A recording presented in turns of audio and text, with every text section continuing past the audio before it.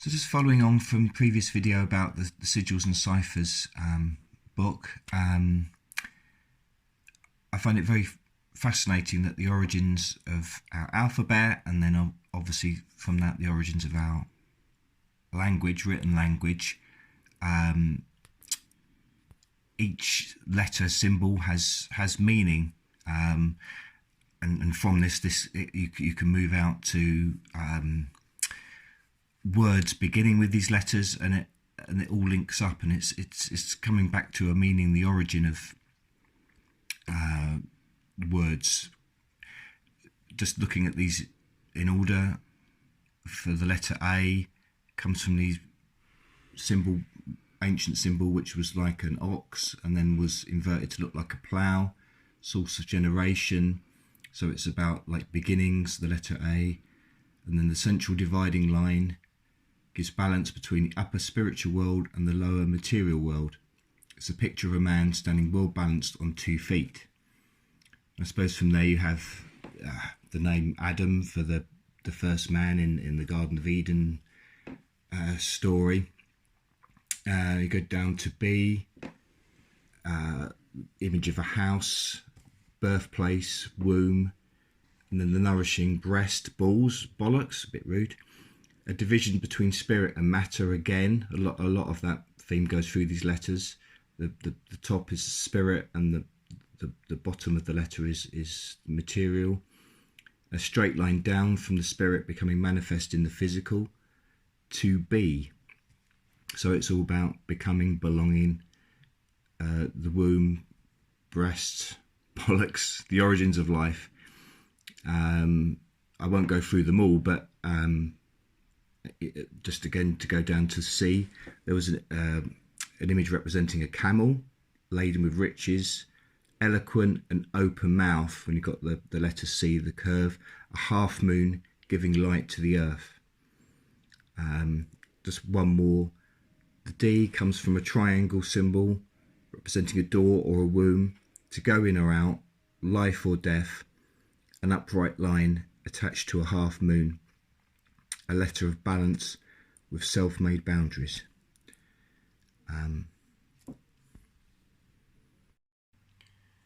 So following from looking at those ancient origins of letters, words, language, I think there is an element where language has now become hollow, it's lost meaning, and a lot of that in the modern era, particularly recently, last couple of years, is deliberate manipulation of language to remove meaning, to change meaning.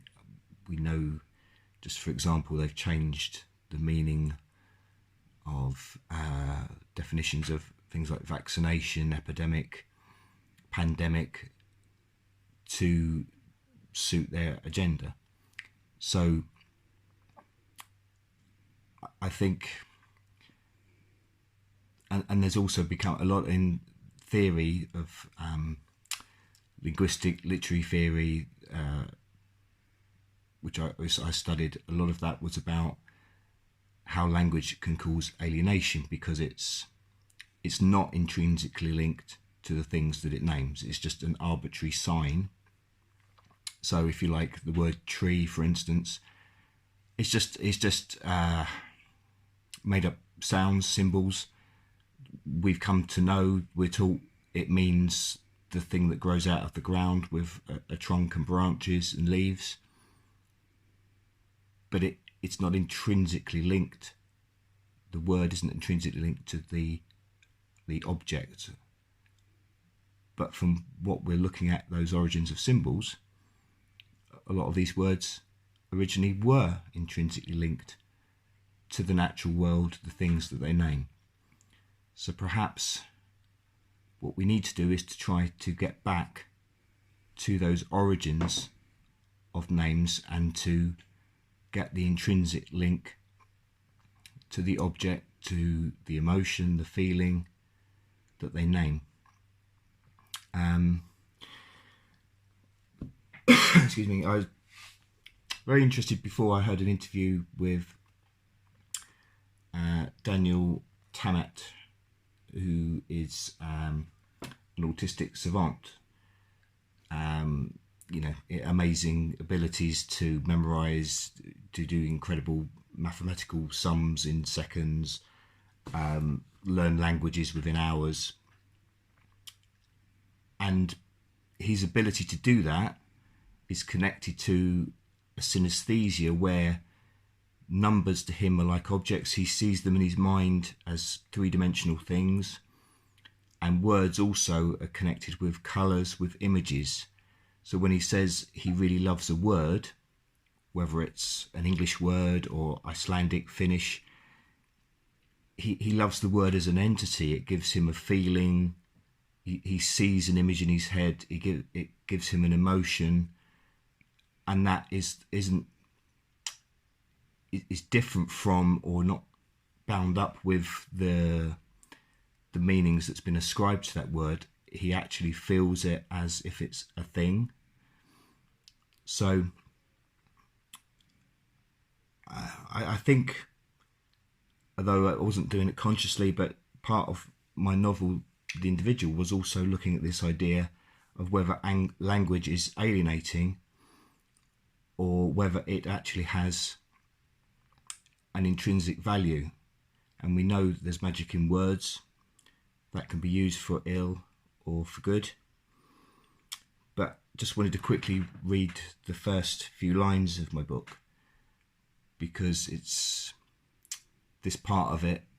The boy at the start is in a world where they don't have language, no written or spoken language, and they just communicate telepathically. They can transmit feelings, thoughts, images, and that's how they communicate, but not with any symbolic language. And sounds, even moving the mouth, making sounds, is considered obscene.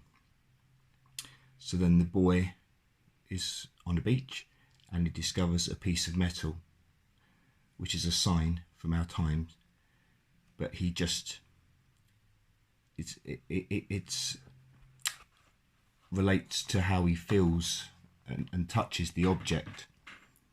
So I'll just read it.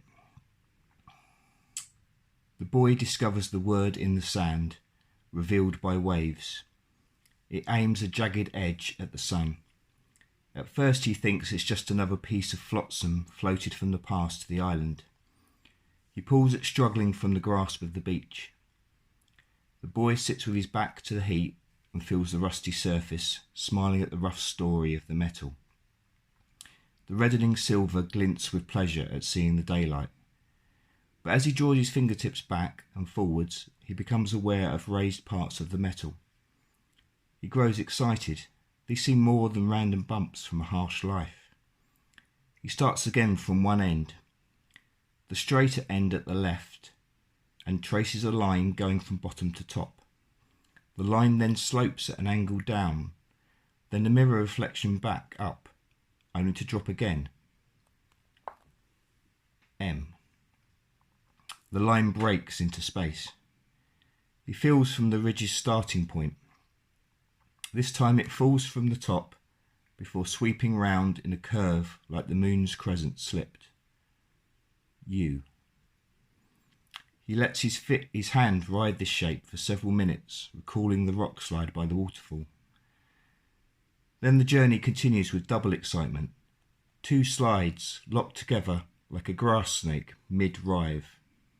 S. He is a little sad at the return of straight lines without the relief of curves or slopes. E. Like the prongs of metal his father's thrust into soil to get beneath the surface. This trident seems threatening, on guard, especially as it faces a spitting edge with twisted fangs.